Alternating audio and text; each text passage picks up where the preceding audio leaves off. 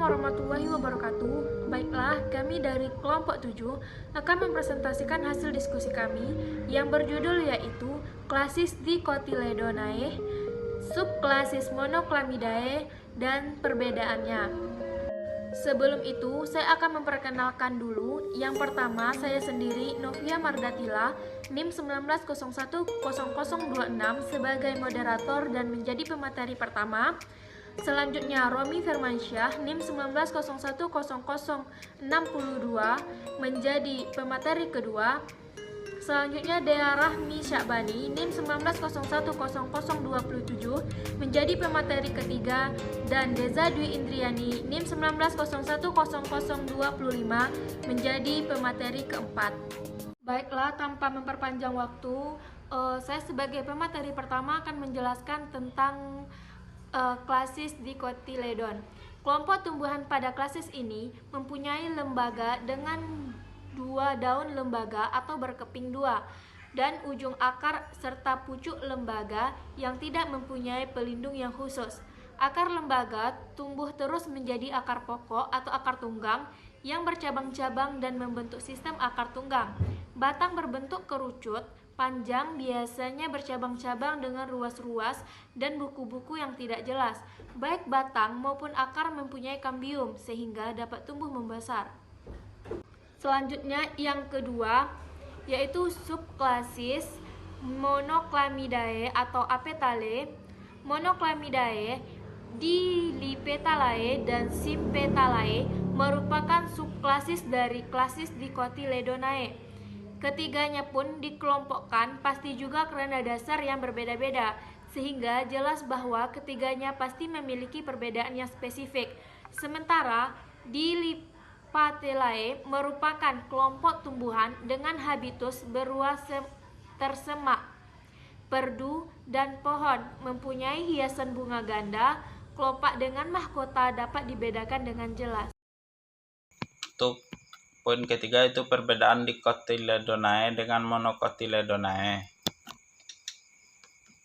Untuk bijinya, pada Dicotyledonae biji mempunyai lembaga dengan dua daun lembaga. Untuk Monocotyledonae,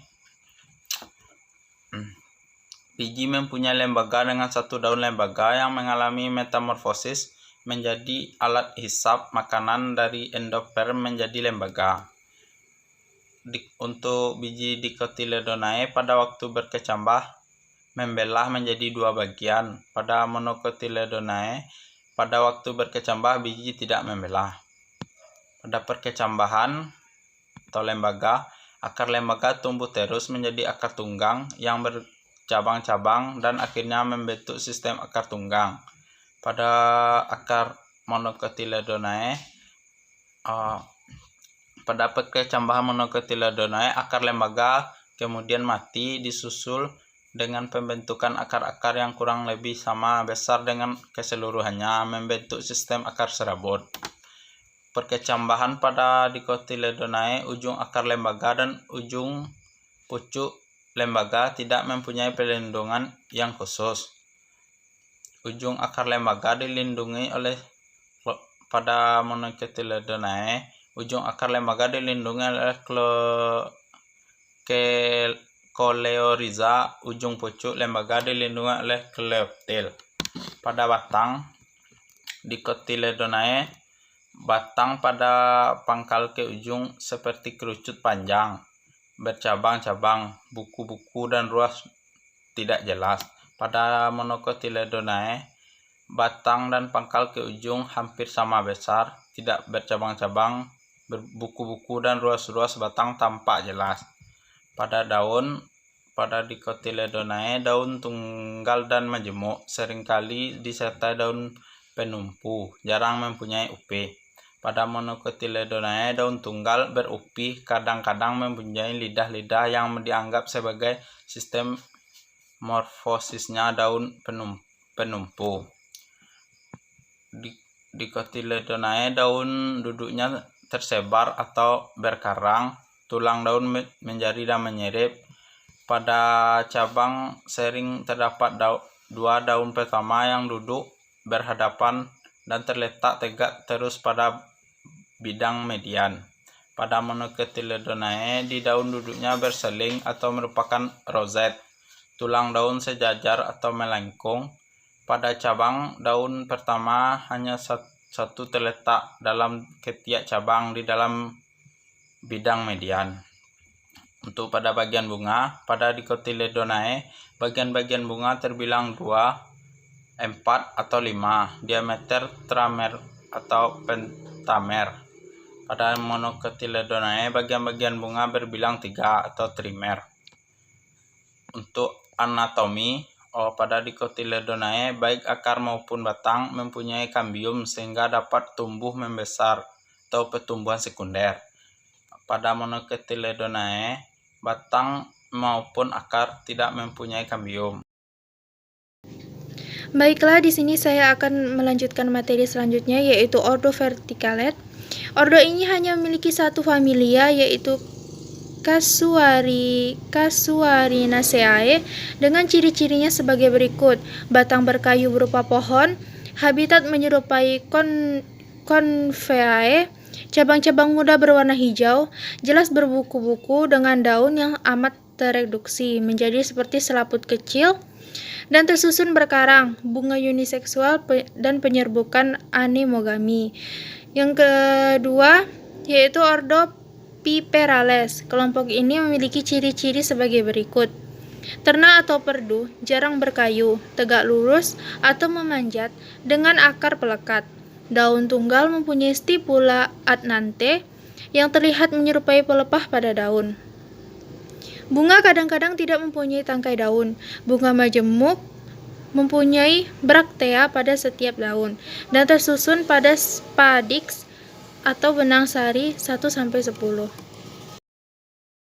Baiklah, saya akan menjelaskan materi selanjutnya, yaitu mengenai ordo Urticales, yang mana ordo Urticales merupakan salah satu bangsa atau ordo anggota tumbuhan berbunga.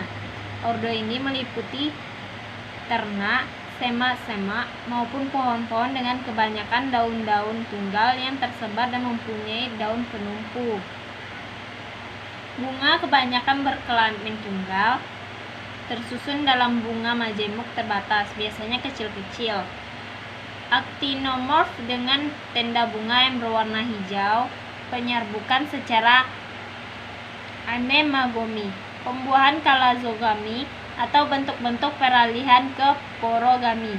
Biasanya buahnya keras atau buah batu.